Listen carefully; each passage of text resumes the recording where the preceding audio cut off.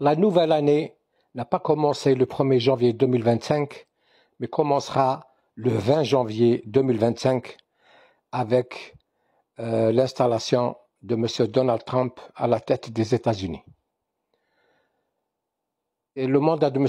Donald Trump va être un mandat plein, vraiment plein de surprises, de bouleversements, de décisions aventureuses. Peut-être qu'il y aura plus de chances à la paix, plus de chances pour l'instauration de la paix, mais une paix convenue, une paix compromission entre les grands de la terre, les grands chefs d'État et disons les grands tyrans. Les États-Unis ont mis à leur tête un tyran qui a été élu, sans programme, sans parti politique, parce qu'il n'est pas le candidat du parti, ni du programme du Parti républicain, mais le Parti républicain s'est dissous dans le personnage de Donald Trump.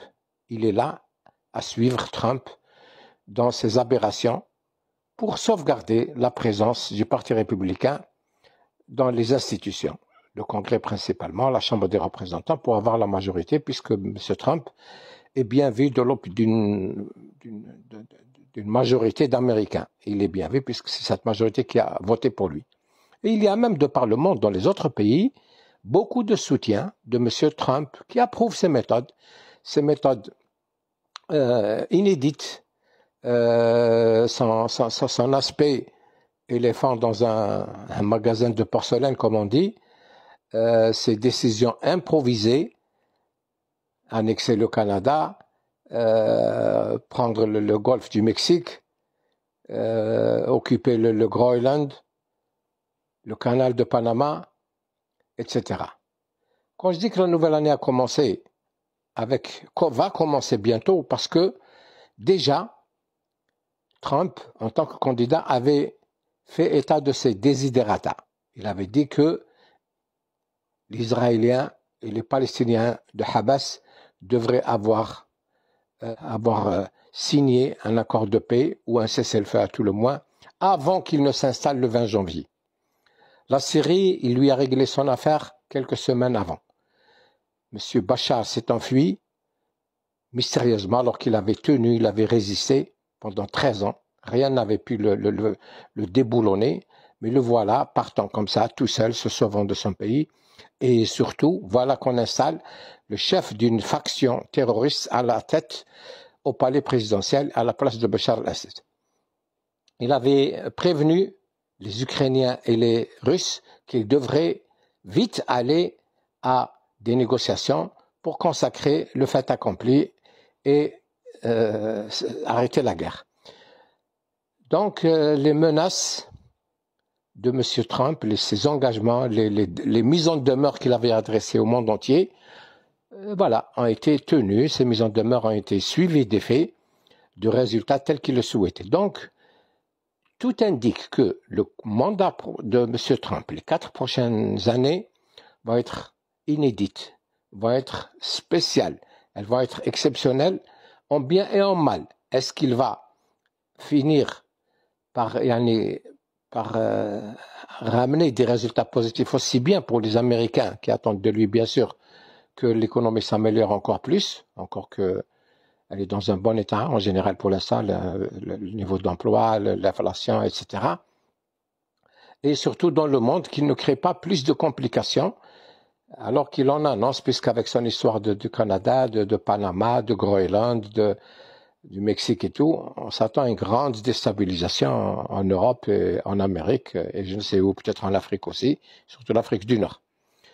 Donc, le choix de Donald Trump comme président révèle en fait une aspiration à la tyrannie de la part des peuples. Les peuples sont fatigués de la démocratie. Ils ne croient plus en la démocratie parce que cette démocratie a instauré une culture permissive, immorale, la culture woke comme on l'appelle. Ça a désarçonné l'opinion publique mondiale, tous les peuples qui veulent vivre selon les normes de l'humanité que connaît l'humanité depuis des millénaires, depuis des centaines de milliers d'années. Voilà que les présidents, les chefs d'État, les gens élus proposent des schémas de vie, des normes complètement contre nature, complètement bouleversantes pour l'esprit sain, etc.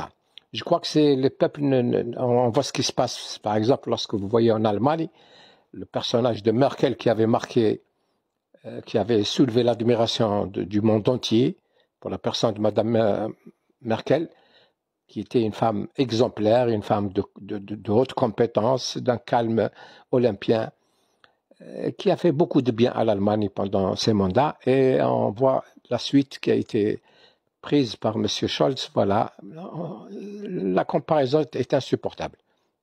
Lorsqu'on voit ce qui se passe en France, 3 chefs d'État d'affilée qui, en fait, incarnent la rupture avec l'esprit de la Ve République. La Ve République a été pensée par un homme qui s'appelait Charles de Gaulle, qui avait un passé, qui avait un parcours, un itinéraire, un bilan.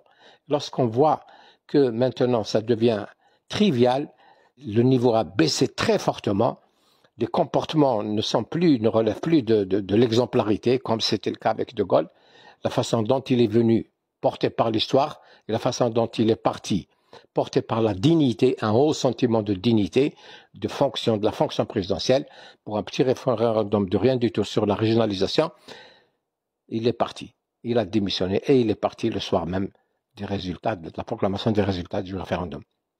Donc le monde va mal. Il y a un peu partout dans les anciennes démocraties une sorte de lassitude, un dégoût même de la démocratie qui leur a fait voir des choses inacceptables pour l'esprit, non seulement des gouvernances sans résultat concluant, sans résultat convaincant, et en plus une dissolution du sens commun, un défi permanent aux valeurs simples, les simples valeurs humaines.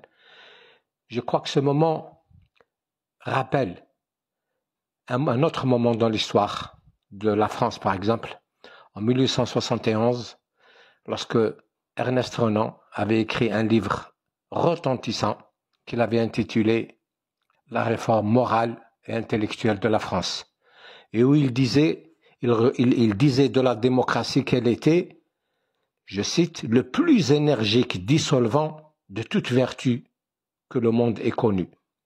Et il ajoutait « corrigeons-nous de la démocratie ». Je crois que en cherchant d'autres symboles de la gouvernance moderne, je crois que c'est ce que les électorats en France, en Allemagne, aux États-Unis, en Amérique du Sud, les gens recherchent autre chose que la démocratie dissolvante. Ils cherchent quelque chose qui n'aille pas contre le sens commun, contre les valeurs, quelque chose qui, maintenant, la démocratie est devenue synonyme de wokisme. On ne sait plus qu'est-ce que le féminin, qu'est-ce que le masculin, toute cette théorie de l'inclusion, il y a des choses qui sont collées maintenant à la démocratie et que les gens n'acceptent pas. C'est pour ça que les opinions publiques n'arrivent plus à se départager entre les différentes formations politiques. Ils cherchent l'expression la plus brutale, quelque chose qui les fasse renouer avec les valeurs d'autrefois, les valeurs de la nature, les valeurs naturelles.